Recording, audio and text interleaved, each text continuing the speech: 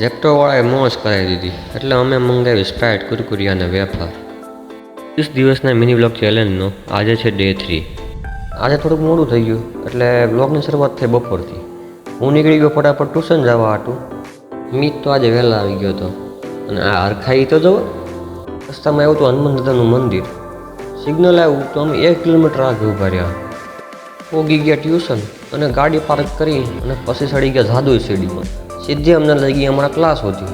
બાટલો આજે ભૂલી ગયા હતા એટલે ત્યાં જઈને પાણી પીવું પડ્યું. પાણી પીને ક્લાસ ભરીને અમે બહાર નીકળ્યા અને પછી આજે તો કંઈ મન જ નહોતું થતું એટલે અમે બેઠા ઘડી ગયા.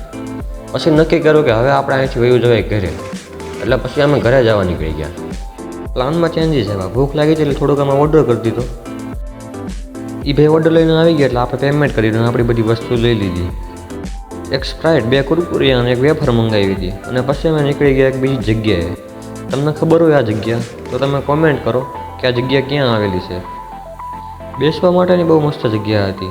એક બાજુ સનસેટ, વચ્ચે નદી અને બાકી બધા છોકરાએ રમતા હતા. કોમેન્ટ બોક્સમાં જગ્યાનું નામ આપેલું છે. પછી અમે નીકળી ગયા ઘરે જવા માટે.